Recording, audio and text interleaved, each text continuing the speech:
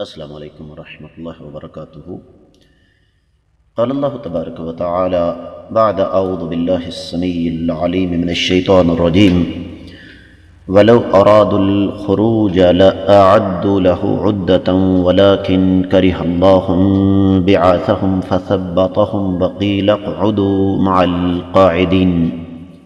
معزز خواتین و حضرات، اللہ مالک العلام رب الجلال والاکرام کی توفیق اور اس ذات بابرکات کے فضل و کرم سے آج منگل کا دن ہے 7 رجب 1441 ہجری 3 مارچ 2020 عیسوی، اور ہمارے سبق کا موضوع اللہ رب العزت کی پاکیزہ کتاب قرآن مجید 10واں پارہ سورہ توبہ اور اس سورہ مبارکہ کی 46ویں آیت مبارکہ۔ جس طرح کہ میں اور آپ اچھی طرح جانتے ہیں کہ اللہ رب العزت نے یہاں پر تذکرہ فرمایا ہے جہاد فی سبیل اللہ اور جہاد فی سبیل اللہ سے راہ فرار اختیار کرنے والے منافقین کا۔ اللہ رب العزت ارشاد فرماتے ہیں وَلَوْ أَرَادُوا الْخُرُوجَ، ولو اور اگر ارادو وہ ارادہ کرتے الخروج اللہ تعالیٰ کی راہ میں نکلنے کا، لَأَعَدُّوا تو یقیناً وہ تیاری کرتے لہو اس کے لیے عدتاً اچھے طریقے سے تیاری کرنا، ولیکن اور لیکن کرہ اللہ رب کائنات نے پسند نہیں فرمایا انبعاثہم ان کا نکلنا، فثبتہم تو رب کائنات نے ان کو ہلنے کی توفیق ہی نہیں دی، وقیل اور کہا گیا اقعدوا بیٹھے رہو، مع القاعدین بیٹھنے والوں کے ساتھ۔ لفظی ترجمہ آپ نے سنا ہے، بامحاورہ ترجمہ سماعت فرمائیے گا۔ اگر وہ نکلنے کا ارادہ کرتے ہیں تو اس کے لیے یقیناً سامان تیار کرتے، لیکن اللہ نے ان کا اٹھنا اور نکلنا پسند ہی نہ کیا اور ان کو یہ توفیق ہی نہ دی کہ وہ ہل جل سکیں، اور ان سے کہا کہ جہاں تم معذوروں کی طرح بیٹھے ہو بیٹھے رہو۔ امام ابن کثیر رحمہ اللہ ارشاد فرماتے ہیں کہ یہاں پر خروج سے مراد اللہ کی راہ میں جہاد و قتال کے لیے نکلنا ہے کہ اے نبی صلی اللہ علیہ وسلم، اگر یہ ظالم واقعی اسلام کے لیے اللہ تعالیٰ کی راہ میں نکلنے کے لیے مخلص ہوتے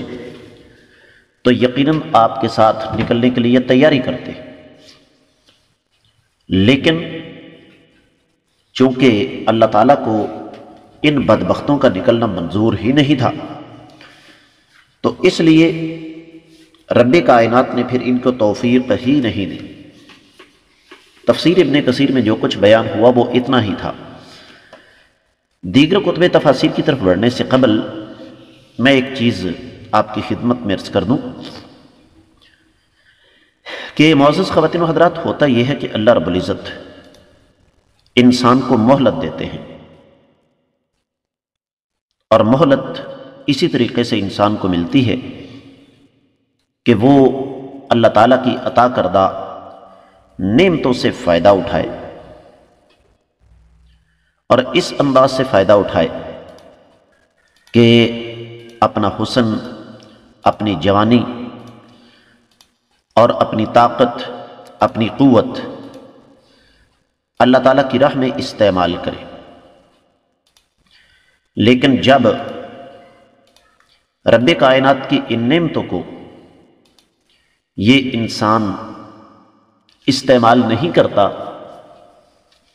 بلکہ الٹا اللہ تعالیٰ کی بغاوت پر اترتا ہے،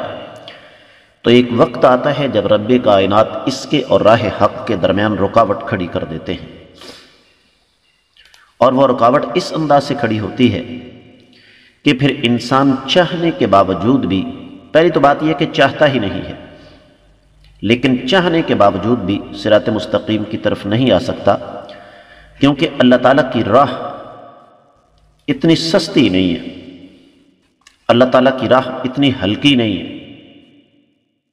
کہ انسان یہ سوچ لے کہ ٹھیک ہے جی بس جو ہوگا دیکھا جائے گا۔ ایسا مسئلہ نہیں۔ تو اس لیے ابن کثیر رحمۃ اللہ علیہ نے اس بات کی یہاں وضاحت فرمائی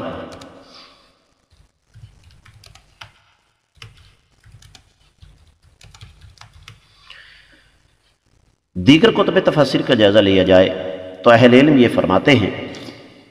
کہ یہ 930 لوگ تھے، یہ 39 لوگ تھے منافقین، جن کا رب کائنات نے یہاں پر تذکرہ فرمایا ہے کہ اگر یہ آپ کے ساتھ نکلنے کا ارادہ کرتے تو یقیناً اس کے لیے پھر زاد راہ، سواری، ہتھیار وغیرہ باندھتے، جو کہ ایک دور کے مسافر کے لیے ضروری ہوتا ہے۔ اور یہ نہیں ہے کہ ان کے پاس استطاعت نہیں تھی، ایسا مسئلہ نہیں، استطاعت تھی کہ لیکن انہوں نے ایسا کیا نہیں۔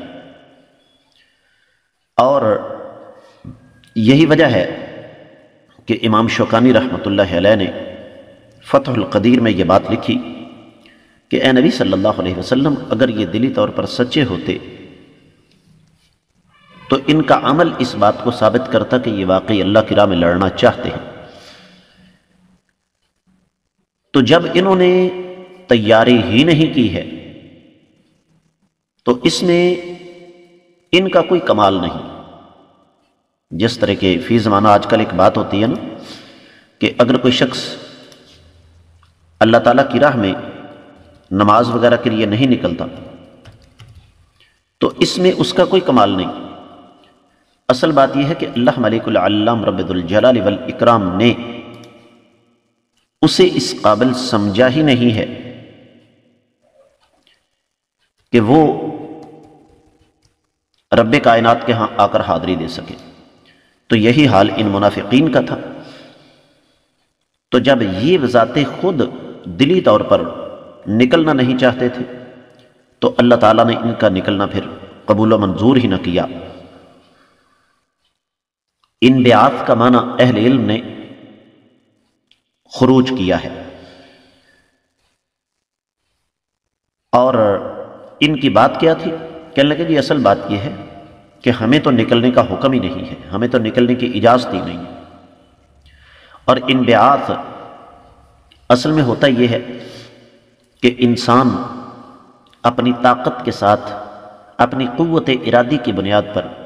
اگر کوئی کام کرتا ہے تو بنیادی بات جو اللہ تعالیٰ نے یہاں سمجھائی ہے،